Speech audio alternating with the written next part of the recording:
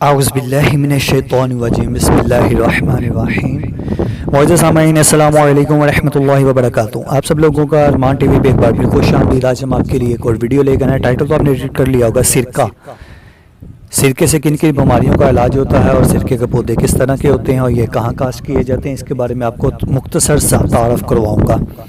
Video کی طرف بڑھنے سے پہلے آپ میرے چینل کو سبسکرائب کر دیں اور گھنٹی کے بیل کو پریس کر دیں تاکہ میرے نئے آنے والی ویڈیو سب سے پہلے آپ کو ملے۔ سرکہ گنے کے رس، چقندر، جامن، انگور، کشمش، میوہ، تاری، گندم، جو، کھنڈ کی عرب اور دوسرے پھلوں سے تیار ہوتا ہے، یعنی کہ ان پھلوں سے سرکہ تیار ہوتا ہے۔ یہ بنیادی طور پر کسی بھی شکر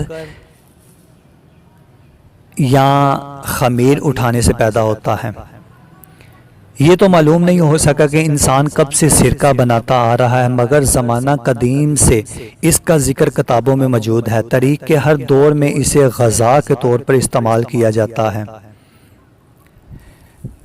بیماریوں کے علاج میں سرکہ بہتر ہے۔ فرانس کے ماہر جراثیم پاسچر نے معلوم کیا ہے کہ ناشتہ میں خمیر جراثیم سے پیدا ہوتا ہے اور سرکہ کے کیمیاوی عمل کو بعض جراثیم کہتے ہیں۔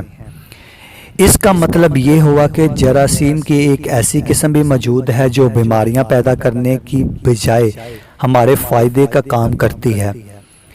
ان کو دوست جراثیم کہتے ہیں، یعنی کہ دوست جراثیم۔ دوست جراثیم کی جانب سے انسانی فائدے کا یہ منفرد کام نہیں بلکہ دودھ سے دہی بنانے یا شکر کو الکحل میں تبدیل کرنے اور جو سے مالٹ ایکسٹرا بنانے کے عمل میں بھی اس قسم کے دوست جراثیم کی کوشش شامل ہوتی ہے۔ اور سرکہ بنانے کے لیے عام طور پر ایسے پھل استعمال ہوتے ہیں جو گل سڑ گئے ہوں اور کوئی انہیں خریدتا نہ ہو، نہ خریدنے کو تیار ہو۔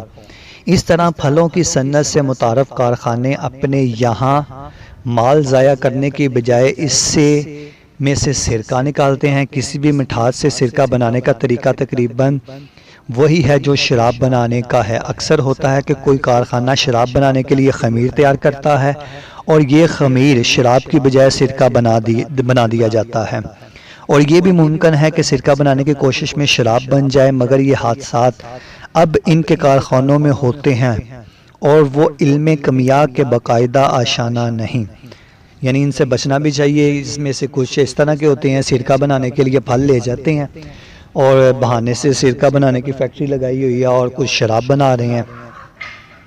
ہم آگے چلتے ہیں، ان کے مشاہدات بتاتے ہیں، ان سے کن کن بیماریوں کا علاج کیا جاتا ہے۔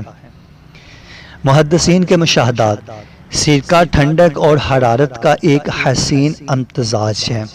یہ جسم سے غلط مادوں کو نکالتا ہے اور طبیعت کو فروغ دیتا ہے۔ سرکہ کو معدہ کے التہاب کو دور کرتا ہے، جسم سے زہریلی دوائیوں کے اثر ختم کر دیتا ہے، پتا سے صفرا کو نکالنے کی رفتار کو اعتدال پر لاتا ہے۔ جسم کے کسی حصے میں اگر خون جم جائے تو اسے حل کر کے پھر سے سیال بنا دیتا ہے۔ بچے والی عورتوں کا دودھ اگر رک جائے تو سرکہ کے لیپ اور سرکہ پینے سے جاری ہو جاتا ہے۔ یہ پیاس کو بجھاتا ہے، پیٹ کو چھوٹا کرتا ہے، یعنی موٹاپے کے لیے آپ کو پتہ مفید ہے۔ تلی کے بڑھنے کو روکتا ہے، جسم اور میں ورہم پیدائش کو روکتا ہے، خوراک کو ہضم کرتا ہے، زرد ہضم غذاؤں کے بوجھ سے نجات دیتا ہے، خون کو صاف کرتا ہے، پھوڑے اور پھنسیوں کو دور کرتا ہے۔ سرکہ کو اگر گرم کر کے نمک ڈال کر پیا جائے تو یہ منہ کی غلاظت کو دور کرتا ہے، حلق میں تلخی، جلن، بوجھ کو دور کرتا ہے، گلے کی رکاوٹ کو دور کرتا ہے، اور وہ لوگ جن کے سینے میں بوجھ کی کیفیت محسوس ہوتی ہے اس سے اس کو بہت زیادہ فائدہ ہوتا ہے۔ گلے کے اندر لٹکنے والے کوے کی سوزش، حساسیت اور اس کے ٹیڑھا پن میں مفید ہے۔ گرم سرکہ کے غرارے دانتوں کو درد کو ٹھیک کر دیتے ہیں اور مسوڑوں کو مضبوط کرتے ہیں۔ گرم سرکہ پینا معدے کے لیے تقویت ہے، جسمانی قوت میں اضافہ کرتا ہے، چہرے کی جانب یعنی کہ چہرے کی جذاب بناتا ہے۔ موسم گرما میں سرکہ کا پینا جسم کی حدت کو کم کر کے طبیعت کو مطمئن کرتا ہے۔ علامہ محمد احمد زبیر رحمۃ اللہ کہتے ہیں کہ سرکہ گرمی اور ٹھنڈک دونوں کا تاثیر رکھتا ہے، لیکن اس میں ٹھنڈک پیدا کرنے والے عناصر زیادہ غالب ہے۔ یہ معدہ کی سوزش کو دور کرتا ہے، عرق گلاب کے ساتھ سر درد میں مفید ہے، غذا کو ہضم کرنے میں مدد دیتا ہے، گرم پانی کے ساتھ اس کے غرارے کیے جائے دانتوں کو درد کو مفید رکھتا ہے۔ سوزش اور اعصابی وجوہات سے سرکہ لگانے سے جوئیں مر جاتی ہیں، یعنی کہ سر میں سے جو جوئیں ہوں یہ سرکہ لگانے سے مر جاتی ہیں۔ پتی اور خاش پر اس کا لگانا مفید ہے۔ سرکہ اور گلاب کا عرق جلے ہوئے کا بہترین علاج ہے۔ ابن القیم رحمۃ اللہ تعالی کہتے ہیں کہ اس کا لگانا سوزشوں سے پیدا ہونے والے ورم کے لیے بے حد مفید ہے۔ حب الارشاد کے ساتھ اگر آٹا ملایا جائے، میں نے لاسٹ ویڈیو میں حب الارشاد بتایا ہوا کہ کیا چیز ہے، اس کے ساتھ آٹا ملا کر سرکہ میں لیپ بنا کر اعصابی دردوں اور خاص طور پر عرق النساء کے لیے لیپ کریں تو بے حد مفید ہے۔ میتھی کے بیج اور سرکہ اور نسترون، یعنی کہ نستر ایک ایسی جڑی بوٹی ہے، ان کو ملا کر ان کا پیسٹ بنا لیا جائے اور وہ سوزش پہ لگائیں تو سوزش ٹھیک ہو جاتی ہے۔